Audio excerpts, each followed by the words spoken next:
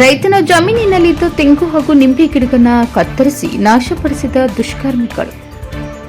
ಬೇಡಿಕೆಹಾಳದ ರೈತ ಕುಟುಂಬಕ್ಕೆ ಭಾರಿ ಆರ್ಥಿಕ ನಷ್ಟ. ಸತ್ತಲ್ಗ ಪೊಲೀಸ್ ಠಾಣೆಯಲ್ಲಿ ಪ್ರಕರಣ ದಾಖಲು.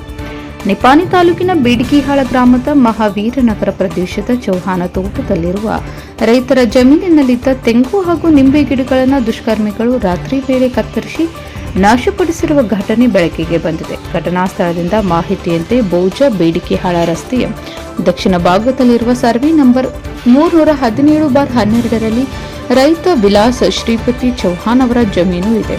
ಇದೇ ಜಮೀನಿನಲ್ಲಿ ವಿಲಾಸ್ ಚೌಹಾನ್ ಹಾಗೂ ಅವರ ಪುತ್ರರಾದ ಸಂದೀಪ್ ಮತ್ತು ಪ್ರದೀಪ್ ಚೌಹಾನ್ ಅವರು ನೈಸರ್ಗಿಕ ಕೃಷಿ ಪದ್ಧತಿಯಲ್ಲಿ ಬೆಳ್ಳುಳ್ಳಿ, ಬೀನ್ಸ್, ಮೆಣಸಿನಕಾಯಿ ಹಾಗೂ ಕೊತ್ತಂಬರಿ ಬೆಳೆಗಳನ್ನು ಬೆಳೆಸುತ್ತಿದ್ದಾರೆ. 2025ರ ಜುಲೈ ಮೊದಲ ವಾರದಲ್ಲಿ ಜಮೀನಿನಲ್ಲಿ ಎರಡೂ ಬದಿಗಳಲ್ಲಿ ಸುಮಾರು 15 ಅಡಿ ಅಂತರದಲ್ಲಿ 120 ತೆಂಗಿನ ಗಿಡಗಳನ್ನು ಹಾಗೂ ಅವುಗಳ ಮಧ್ಯೆ 100 ಲಿಂಬೆ ಗಿಡಗಳನ್ನು ನೆಡಲಾಗಿತ್ತು.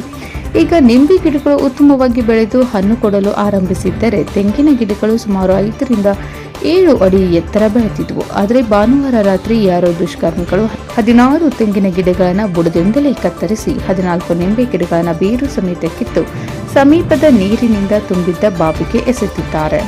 ಈ ಘಟನೆ ಸೋಮವಾರ ಬೆಳಗ್ಗೆ ಚೌಹಾನ ಕುಟುಂಬದ ಗಮನಕ್ಕೆ ಬಂದಿದ್ದು, ಇದರಿಂದ ರೈತ ಕುಟುಂಬಕ್ಕೆ ಭಾರಿ ಆರ್ಥಿಕ ನಷ್ಟ ಉಂಟಾಗಿದೆ.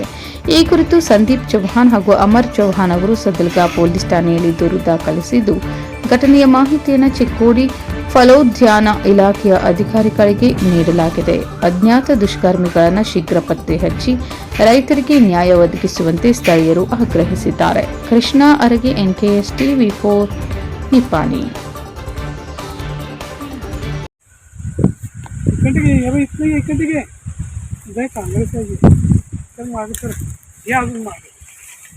पानी लागले झालं